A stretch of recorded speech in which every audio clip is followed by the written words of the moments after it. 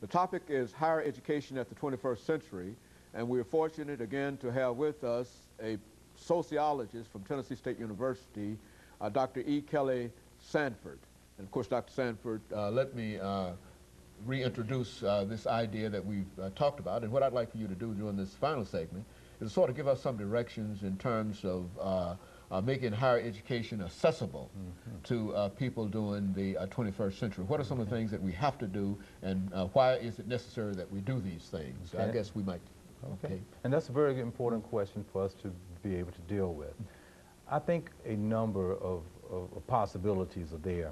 One, I think we have to be very conscious as a nation, as different ethnic groups, even the dominant group, that the importance of higher education in the 21st century, and that we all need it because we are living in this telecommunications society in comparison to when we lived in a more rural type of society. So it's very important. Now there's a little twist to it.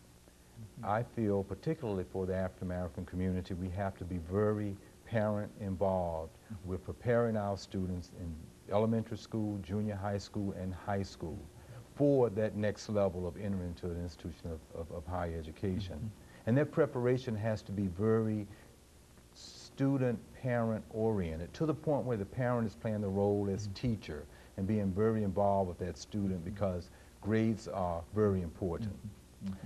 Doing well on test scores for SAT, ACTs to go in is very important. And what we find is that there's this gap still this last year between European Americans and African Americans, so the question becomes why. And I think there's this legacy that has always been there. If I may just very quickly give a metaphor of a track meet. And if you have a relay going on, if you have someone running 3 laps and then let the other group start, and they are 3/4 of the way finished, and then at the end you are asking the question, well, why didn't you come in first place? And so this has been the legacy of the Holocaust of African enslavement for such a long period of time. And so with that familiarity, we now have to be very parent, teacher oriented towards students and get them ready with certain